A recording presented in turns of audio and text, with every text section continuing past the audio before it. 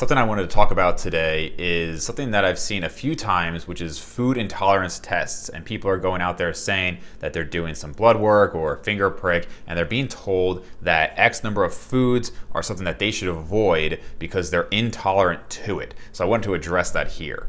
So the thing is, obviously allergies are real, and allergies can be very severe. You know, if you have a food allergy, like a severe peanut allergy, that can be detrimental and you have to completely avoid that. And actually, sometimes food allergies are worse than, let's say, an allergy to a medication because it's pretty easy to avoid a medication. Whereas if you do have, let's say, a peanut allergy, it can be very hard throughout your daily life just trying to avoid that in different areas. So I'm definitely not trying to diminish true allergies. The problem is a lot of people will say that they have an allergy to something and they really don't know necessarily what they're talking about, or they were told wrong information. You're unfortunately seeing that a lot now with, alternative medicine people, functional practitioners, things like that. And I think some people in those fields have a lot of good things to say. But unfortunately, they can also be deceptive if it's coming from the wrong source. And so they'll say that you have this intolerance to a certain food and it can cause fatigue or headache or these really vague symptoms that frankly millions of people have, and it's really not that uncommon to have. And I'm not saying it's a good thing to have those,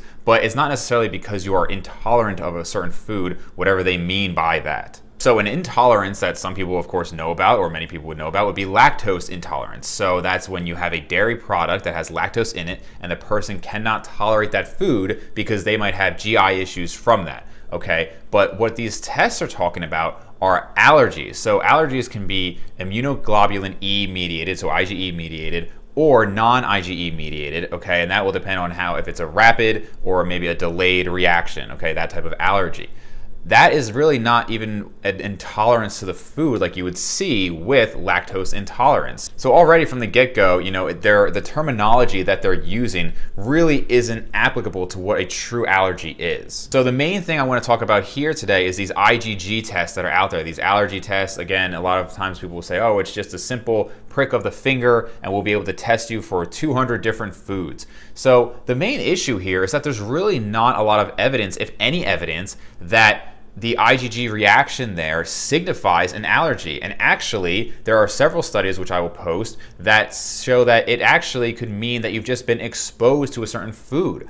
Certain studies show that people who had higher levels of IgG when they were younger in response to a certain food were actually more tolerant of it later. So again, it's not necessarily signaling, or really at all signaling, an allergy. It's just signaling that you have been exposed to that food.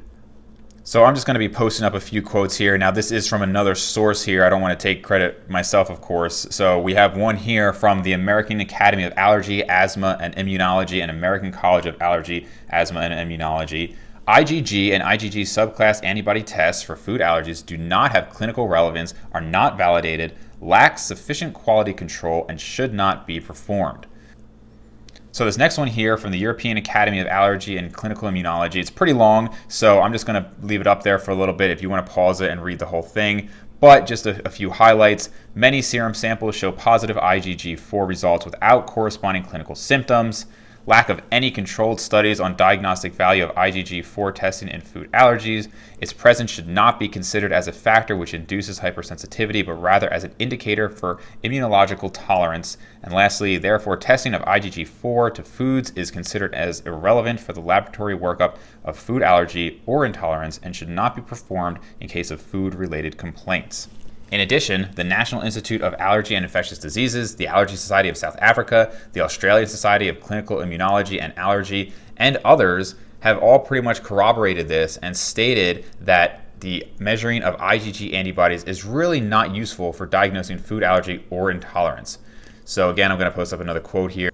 Pretty long, so if you want to just pause and read it yourself, you're welcome to do that.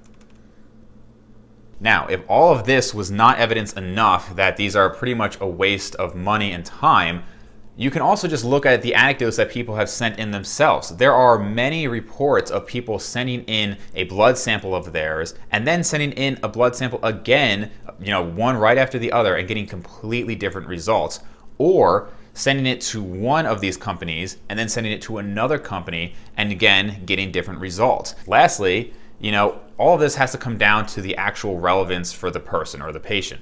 So if you have somebody who's testing positive for all these foods and they've never really noticed an issue, is there really an issue? Unless you're somebody who believes that a food that you eat today is going to have this negative effect and cause you fatigue a month from now, which I really don't think we have evidence for, you have to wonder then, okay, if it's telling me these foods are a problem, why is that the case? Conversely, there are people who have had problems with food and they don't test positively for that. So all of this together, it's just more of a warning I want to give out there, because I have had a few people ask me, how do I know what foods I can eat? Are these foods going to cause me more fat gain? Unfortunately, some of these companies are actually promoting that as well, saying that once you get the foods down, you'll be able to lose fat better, you're going to feel so much better. And look, I'm not saying that you can't have allergies or even intolerances to certain foods. I think an individual absolutely can eat a certain food and know this food causes me some problems. Every time I have this, my stomach hurts. Every time I have this, it keeps me up at night. Whatever that is, those exist. Those quote unquote intolerances do exist, but you're gonna have to, at this point, find that out for yourself. Add a food in, see how you feel, take it out, see if you improve, see if you feel better. That's really what it comes down to right now. But I just hope people aren't really wasting a lot of their money and putting too much mental effort into these tests, because it's not even just a waste of money. It can really actually do some harm. If you're talking about 40 different foods that you're not supposed to eat, you could become malnourished. You could have a much harder time eating foods that have the proper micronutrients for you to be functioning well. And so you could actually end up not only poorer, but you could actually end up in a worse situation nutritionally. So again, this is just a little bit of a warning, because I have had a few questions about this. I have seen it talked about a little bit, but I wanted to put my own input out there. And again, I'll post some links below to support what I'm saying here.